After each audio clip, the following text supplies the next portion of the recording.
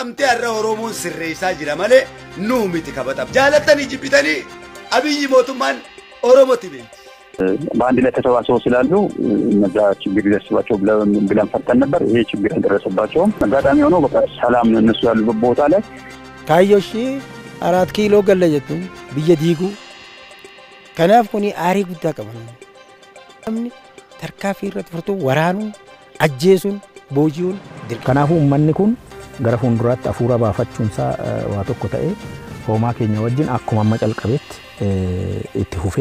نوتيسيمو ديفيس نيت أبو أمته. إثيوبيا شيكتين سبكرت جهرجيسة يادي صوبه وكدن بيجي رباو يأكله الدبان كجودية ينقري لك يادي. قصارته وحنا كلا صباح يحوج الشيء هي إذا ما فربنا وكتر سمكو يشوف بلانا يكون بحان دينا عراس كمبوني. سيوجهر تجان إذا ما ضاس جرجر كتر سن دولة.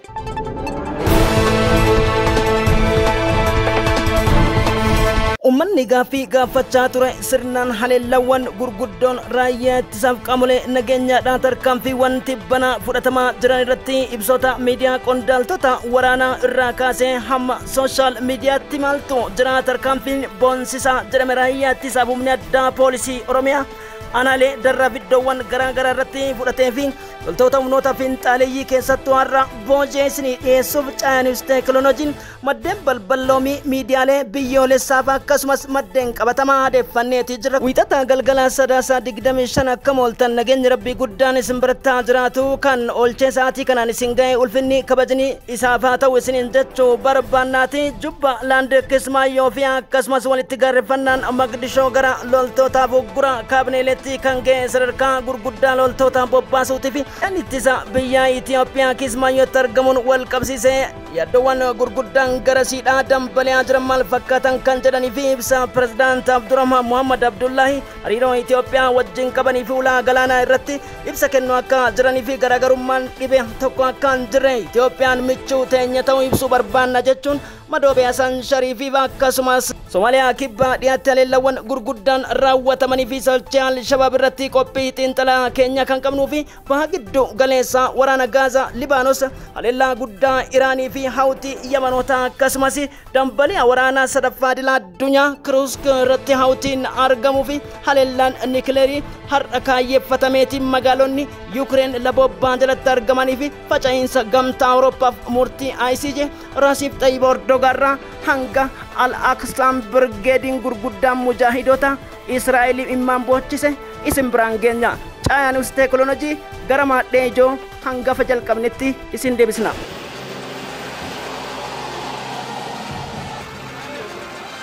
تسلمت وزارة الصحة اللبنانية شحنة مساعدات طبية قطرية جديدة ضمن الجسر الجوي الذي أطلقته دولة معك. وقصف إسرائيلي يتجدد في ظل حصار مطبق على المناطق الشمالية لليوم 53 على التوالي.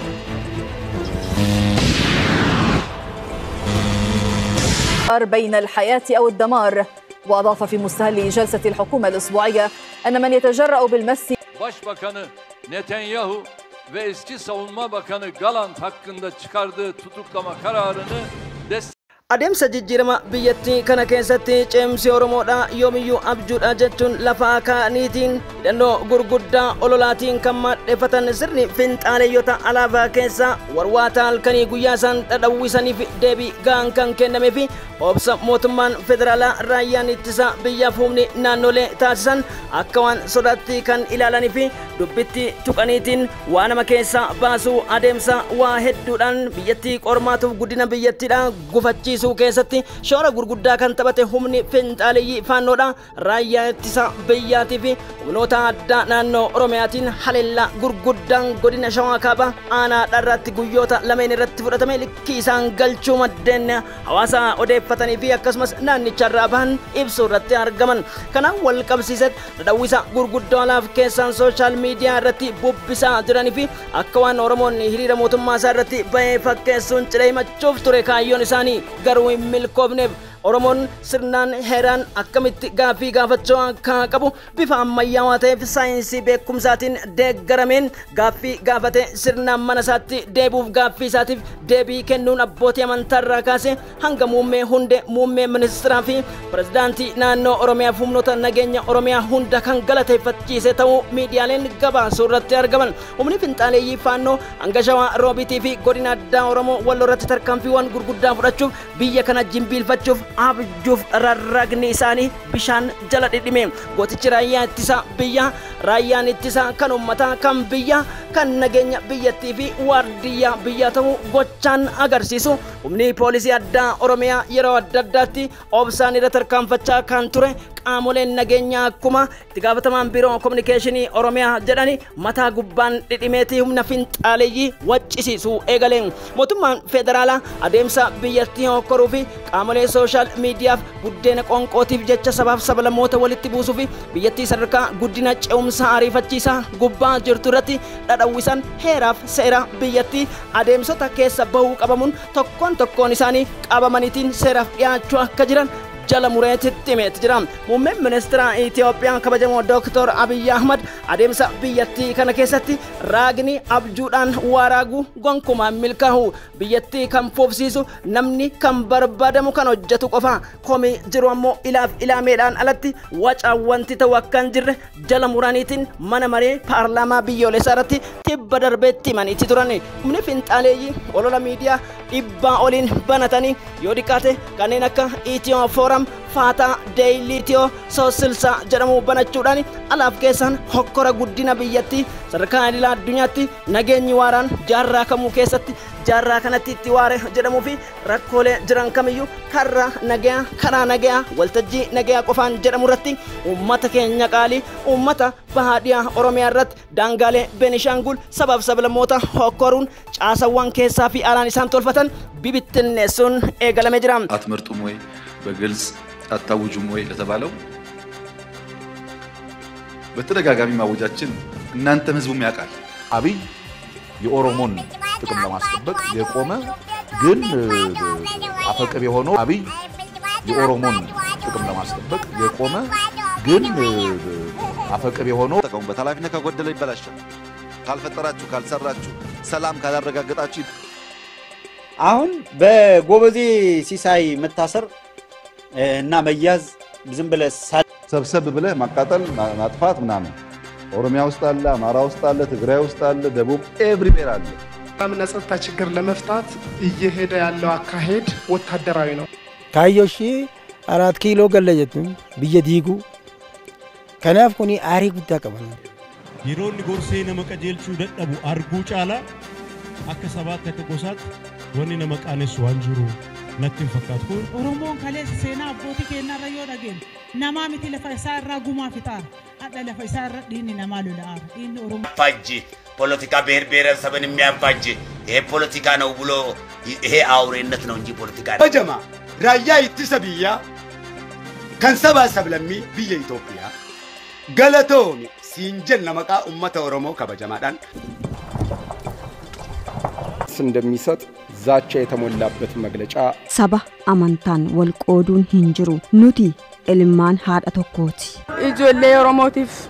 hundi keenya Asawwan keessaa fi alaan isaan tolfatan bibittinneessuun eegalamee jira. Bulchiinsi magaalaa Finfinnee madheewwan shororkeessitootaa fi kanneen finxaaleeyyii irratti tarkaanfii cimsee itti fudhate sakatta'insa gurguddaa mootummaan eegaleen waca eegalanii jiran. Jijjiirama magaalaa Finfinnee irraa kaasee bu'uura hanga daangaarraa daangatti nagaa mirkaneessaa fi uummata isaa wajjin mootummaan haasa'uuf yeroo kamiyyuu caalaa cimee akka itti fufu yeroo beeksisetti tibba darbee godina Shawaa Kaabaa Anaadharratti gandoota 4 ol irratti tarkaanfii fudhatan gocha sirnoota finxaaleeyyii bara dukkanaa isaan fudhataniif gootichi raayyaa ittisa biyyaa garjabinaan haleellaa irratti fudhate. Haleellaan isaan kaleessa har'a borsirraa jedhan sodaatti fakkaateeti ture. Dubbittiin kanatti hin dhaabbanne humni addaa poolisii Oromiyaatii fi raayyaan ittisa qindaa'uun bulchiinsa naannoo Amaaraa wajjin ta'uun tarkaanfiin isaan fudhatan Itiyoo Sosilsaa irratti waccisiisuu irratti argama. Artistiin kaleessa rogeessi har'aa Kadiir Martuudha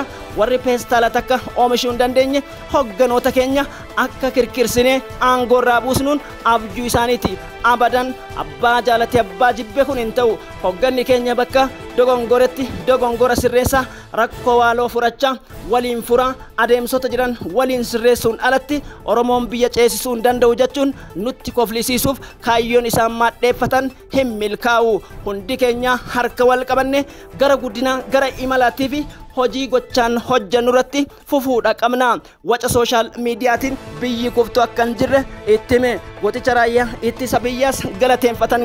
Axmed Madoobe oo mar kale loo doortay madaxweynaha Jubbaland kuna dhawaaqay inuusan aqoonsi uga baahnayn dowladda federaalka Soomaaliya iyo ciidamada nabad sugidda Jubbaland oo gurigiisa kala baxay senator Ilyas Gaboose oo dhawaan madaxweyne loogu doortay Kismaayo. madaxweynaha cusub ee Somaliland Cabdi waxaa la yiri Abiib oo hadda ninkii ugu dambeeyo Muuse Liinta soo siiyay oo halka fadhiya isaga nooga warrami doona Liinta qaraarkeedii macaankeeda anaan runtii xaaji muubsan waan ku soo gudbi doonaa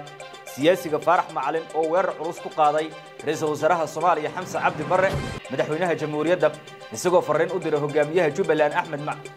Oduwan Jubbaland Mogadishoon wal waraansa akkasumas guraha xiyyaarotaatiin wal qabsiisan biha Abdurrahmaan Muhammad Abdullahi hariiroon Itoophiyaa wajjin jiru akka ololaa fi bolola miidiyaaleen Mogadishoo jiran osoo hin ta'in bu'aa biyyattii waan taateef cimee itti fufa jechuun carraalee waltajjii gurguddoo idil addunyaatti argamaniif Somaliland bu'uura waggoottan 30 beekamtii waltajjii United Nationitiin ala turuun hedduu gara na nyaata paartiin wadanii kana cimsee kan itti fufuu fi Somaalonni yookiin lammiileen hargisaa keenya qaqqaaliin sagalee gurguddoo nuu kennan kan nu filanii fi akka isaaniif hojjannu waan taateef dhimma dinagdee fi guddina addunyaa wajjin isaan fufsiisuuf nagaa waarawaa keessattuu hariiroo Itoophiyaa wajjin qabachaa turretti Itoophiyaan hanga humna cimaa nu ijaaruu keessatti shoora gurguddaa qabdi. Dubbiin dubbii adeeffata siyaasaaf waca miidiyaa osoo hin taane dippiloomaasii hariiroo biyyoota lameenii wajjin paartiin keenya xiinxalee mana mariitiin Somaalilaandii fi uummata isheetiif kan ibsu ta'uu gamanumaan dhaamuu barbaanna jechuun dhiwwan bulchiinsi Musee fi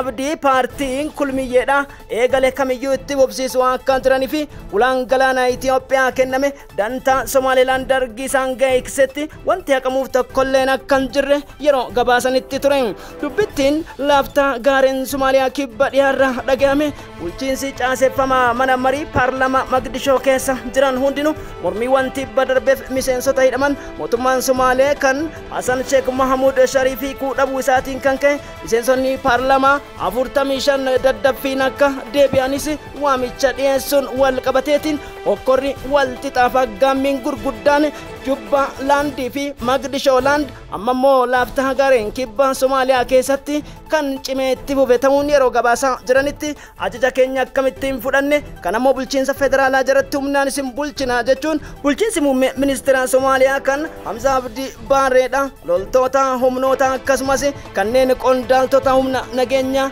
gara Kismaayyootti erguu akka jiruu fi Jubbaland Kismaayyoon ammoo hojiiwwan dhaadhawaa fi shaagala filannoo irratti jiraachuudha kan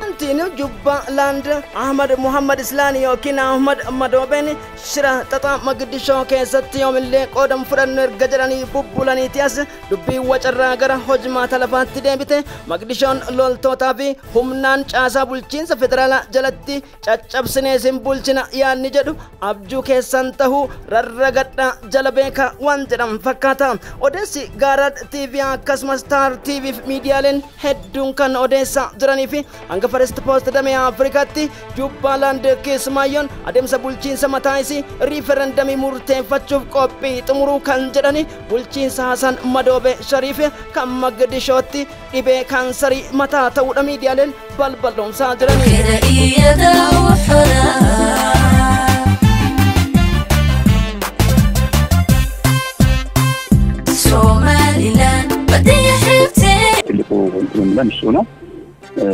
በአንድ ላይ ተሰባስበው ስላሉ እነዛ ችግር ይደርስባቸው ብለን ፈርተን ነበር። ይሄ ችግር አልደረሰባቸውም። አጋጣሚ ሆኖ በቃ ሰላም ነው እነሱ ያሉበት ቦታ ላይ ችግር የለውም። እንደውም አጋጣሚ ሆኖ አሁን ካሪታስ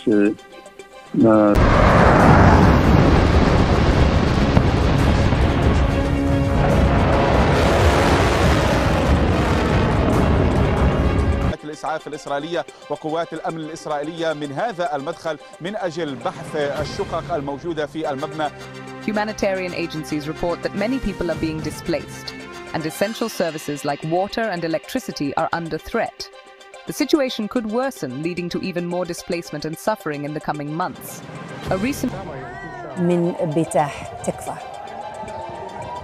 قبل قليل من تل أبيب عليلا لبنان إسرائيل في أكسمس حزبولا جدو تتاسفمون لميلن بيوتا غرا غرا كانوا جيب جرن سان ججرو دمن يرو درما جرانتي كونسلان بيروت ترجمو كان دمي إثيوبيا إرجع كجل فمني كرا موم منسترا في منسترا دمي على كنمي أسيتي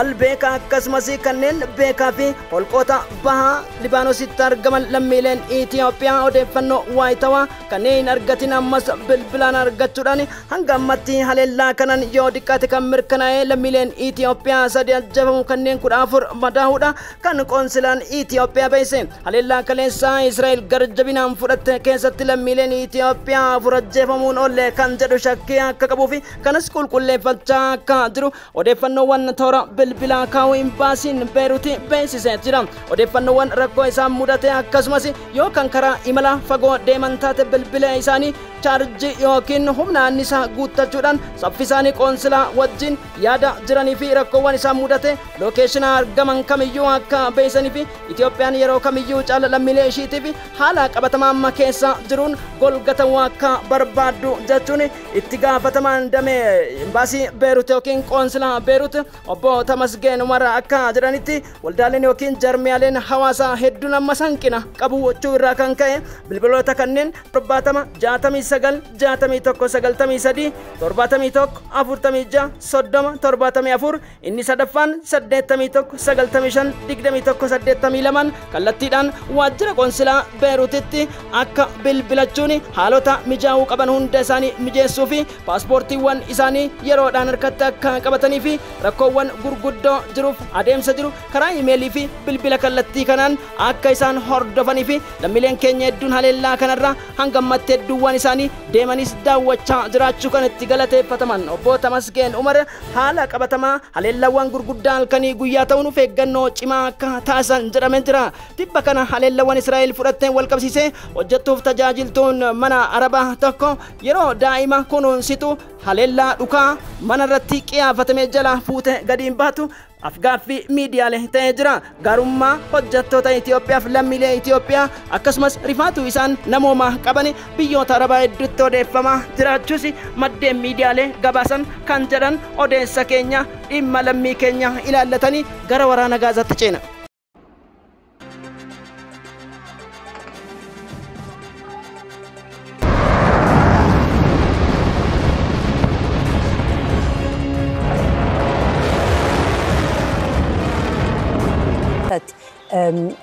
وسائل الإعلام الإسرائيلية عن إصابة 3 أشخاص بجروح في بتاح تكفى شرق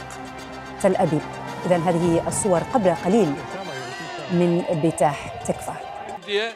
Ülkesine ve devletine İsrail'le ticaret yapıyorlar iftirası atanlar gibi de olmadı. في مستهل جلسة الحكومة الأسبوعية أن من يتجرأ بالمس بمختطفي إسرائيل سيكون مصيره الموت على حد قول. بالفعل التطورات الميدانية بما فيها القصف الصاروخي لحزب الله ويقوم بتسوية المباني المتبقية في مخيم جباليا والأخبار العاجلة في أعقاب هذه الدفعة الصاروخية الجديدة من جنوب لبنان. شاهد هذه الأعمال المستمرة والأضرار بفعل سقوط الصاروخ والذي أدى إلى حرائق في عدد في منطقة yakka dhuguugaal seerummaa Israa'el Gaazaa fi akkasumas Libaanoosiif kutaawwan garaagaraa irratti fudhattuun manni murtii idila addunyaa ICJ'n karaa abbaa alangaatiin xalayaa isa keekkachiisa cimaa ta'e yeroo baasetti Kiyaar Starmer muummee ministeera Ingilizii akkasumas abbaa yeroo mara quuqama Filisxeemota Rasiib Xayyib Erdogan akira yookiin irraa maayyii murtoon taatee jirti. Israa'el si'achi humna hin qabdu jaalatte jibbite golga Ameerikaa waa hedduun miidhamti yoo Bibi Benjamin Netanyahu Yoav Gallant dabarsite hin kennine weerarri ijaarsi manneen seeraan ala dhaabbata mootummoota gamtoomaniitiin dhooggamanii manni murtii maal fida jechuun qeeqa dabalataaf akkasumas koola Ameerikaa taasifachuun gochiin nammasiitti fufee jiru kun yoomillee isan baasu gamtaan Awurooppaa erga murteesse nutis dhiibbaawwan gurguddoo goone murteessine biyyi 124 akka hidhamu murteessan Ingiliz michuun Israa'el kan turte qeefi dachii kiyya dhaabannaan Bibi fudheetiin mana murtiitti kenna jechuun ammoo Benjamin Netanyahu fakkaattota waccisiise walakkeessa Gaazaati haleellaa Hamaas fudhateen ugguramtoonni gurguddoon dhukaasa lameen jidduutti du'anii haleellaa kanaaf ammoo Israa'eltu itti gaafatama Abu Ubaydaan kaleessa dubbatan nutis gabaasneeti ture haala qabatamaa amma Gaazaa keessa jiruun siviilonni hedduun dhidhimuudha maddeen yoo galalchan booldoozariif taankonni Israa'el hundi akka waan hojii dhaabaniiti taankota 24 guyyaa lama keessatti Hamaasiin calaafaman Hizbollaan calaafamanii kutaan bu'uuraa beekamoon hafuura sombaa Israa'el Eelaatii fi Haayifaa keessatti dhaabbileen gurguddoon haleelaman lammiileen Israa'elanii gabbaanii dalagachuu hin dandeenye akkasumas barsiisaan beekamaan tokko kan Muusaadiif basaasaa ture jedhamu Zoobii Koogaan yookiin Raabii jedhamu achi buutee barbaada si'a meeqaatiin booda reeffisaa argamuun Israa'elota dheekkamsiise dhimmicha imaammataa atattamaan gara murtiitti dhiyeessu waan jedhuun bulchiinsi Abu Dhabi yookiin Emireetota namoota shakkee 3 to'achuudhaaf maddeen gabaasaniiti jiran Israa'el naasuun dhidhimte qondaaltota waraanaa kaleessa Hizbollaan rukutaman kan dhoksite Axios gadi baase loltoota birgeedii 36 Shalomiitu dhidhime Hamaas cimsee itti fufe waliigaltee dhukaasa dhaabuu Hizbollaan wajjin jiru kan barreessaaf dubbii himan gamtaa Awurooppaa Joosef Booriin dhimma abdiitti horatan Israa'el diiguu ishiitiif Bibbiin karaa nagaa kan barbaanneef Yerusaalem yookiin Al-Qudsin magaalaa guddoo Yerusaalem taasisu adeemsota filannoo bara 2015 Donald Trump magaalaa guddoo Israa'el taasifne jechuun qoonsila Yerusaalem Al-Quds irratti isaan dhaabanii wal qabsiise ammas magaalaan guddoon Yerusaalem yookiin Al-Quds magaalaa Filisxeemotaan taatu kan jedhuun weerara gurguddaaf dhiibbaan gurguddaan haleellaan duuchatti Filisxeemota balleessu itti fufe pirezidaantiin Palestine Mahmoud Abbas addunyaatti wacuu irratti argama gama biraatiin Riyaad Mansuuri dhaabbanni mootummoota gamtoomanis ta'e Ameerikaan aangoo akka hin qabnee fi warra fedhii isaaniitiin harka faallaa dhugaawwan dubbatan fakkaataniitiin Filisxeemota duguugan maal yakkine maal balleessine dhala uumaa namaa keessatti gochi akkana seenaa keessatti akka hin jirreef godaanni sarka gurraacha dhiiga Joon Baayidaniif Benjamin Netanyahu kana guyyaa tokkorraa dubbanna jechuun dubbatanii jiru abbaan aangoo olaanaa Ayatullah Ali Al-Kamini marsaan sadaffaan maqaan Filisxeemota jedhuun haleellaan guddaan misaa'ilota keenya gombobeetiin Tel Aviv dhidhimsuu irratti jira si'achi akka dheengaddaa qilleensa keenyaas ce'anii haleeluun abjuu Israa'elotaati erga waliigaltee dhukaasa dhaabuu kanaaf carraa kennuu isiin didde Israa'eliin gatii isii arguuf jirtan dhiyootti guyyaan hin dubbatamu jedhan haa ta'uutii faayinaansiyaalii fi indipendant Axios akka baasanitti wabii miidiyaalee gurguddoo idila addunyaa har'a Tel Aviv rifachiise Iraan guyyaa bor yookiin kibxata galgala haleeluuf akka jirtutti himamaa jira gama biraatiin taareen kanaaf deebiin kenne Ayatullah Ali Al-Kamini addunyaan isin farrajaa fi soba duungoo kijibaan Filisxeemota irratti qabsiisaa jirtan isinuu yakkamtoota jechuun deebisu Al-Arabiyaan gabaase kabajamtoota hordoftoota keenya oduun faayinaansiyaalii fi miidiyaaleen Yuukireen irraa kaase hanga taasitti baasaniif New York Times galaalchaa jiran hawtii Yamanoota Kursk irratti loltoota Raashiyaa wajjin dhibboota hedduu ta'anii erga leenjii Mooskootti fudhate booda humna Yuukireenidha haleelaa jiraachuun dhagahame Kinzaayil Hypersonic kan kaleessa hawtiin Elaatiin dhaabbata warshaa fi diinagdee Israa'elii guddaa haleelettiin jedhame kan Raashiyaa ta'uu fi hawtii Yamanoota fanxasiyaan guutamuuf BN murnaa miskiin har'a diroonota Ameerikaa harcaasuun addunyaa ajaa'ibsiisee jira. Waraanni addunyaa sadaffaan Raashiyaa fi Yuukireen gidduutti akka ka'u shakkii takka hin godhatinaa kan jedhan bulchiinsi Joon Baayiden erga soorama bahee booda qarqaba addunyaa nageenya addunyaa balbala qiyaamaatti danqare niikleeriin akka wal haleelan gamtaan Awurooppaa Ingiliz neetoon hundi isaanii tibba dhufu keessatti walgahii taa'uun Raashiyaa irratti labsii waraanaa akka gaggeessuuf jiran Dimitri Peskov ibsanii jiru. Kanaaf ammoo hin salphattu humna misaayilota keenya tokko qolachuu akka hin dandeenye ragaa isinitti himna jechuun erga Puutiin mallattoo diimaaf qalama diimaadhaan niikleerii fayyadamaa jedhe waan sakkanan fakkaata jedha Associated Press itti dhiyaadha.